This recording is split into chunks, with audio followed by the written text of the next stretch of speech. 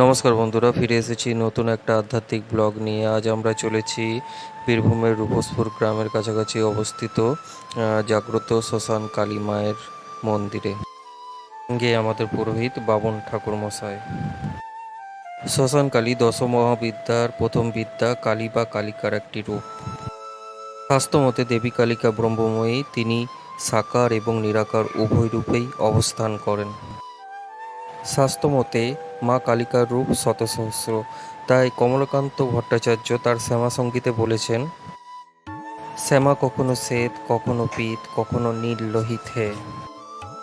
মানুষ তার প্রয়োজনে যেমনভাবে কালিকার সাধনা করেছেন, সাধকের কাছে তেমনইভাবে মা প্রতিভাত হয়েছেন।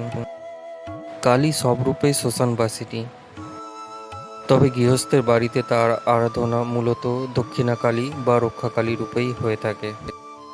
তবে প্রচলিত নিয়ম অনুসারে শ্মশান কালীকে মানুষ শ্মশানেই পুজো করতে অভ্যস্ত।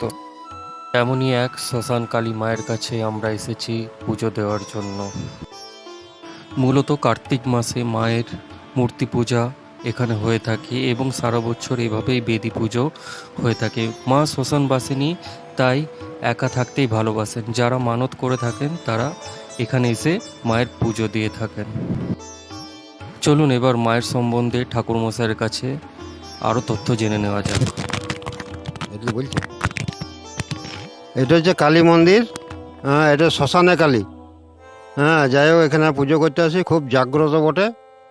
তো এইখানে পুজো করতে এসছিলাম, তখন এই আমাদের মেটে পাড়ার গাইর নাম বটে। তো সে পুজো করাতে এসেছিল, পুজো হয়ে গেল। পুজো হওয়ার পর যে একটা বেদিতে শাঁখ ছিল, হ্যাঁ, তো সেই শাঁখটা নিয়ে পরে আমি হাতে করে 3বার ঠুকলাম। হ্যাঁ, ঠোকার পর জল দিলাম, জল দিয়ে বাজালাম। বাজানোর পর হ্যাঁ, যে জল দিয়ে যে নামাইছি, তখন দেখছি সেটা কালো পাড়া কী বেরিয়েছে। তো যাই হোক, দেখছি যে একটা চিতি সাপ।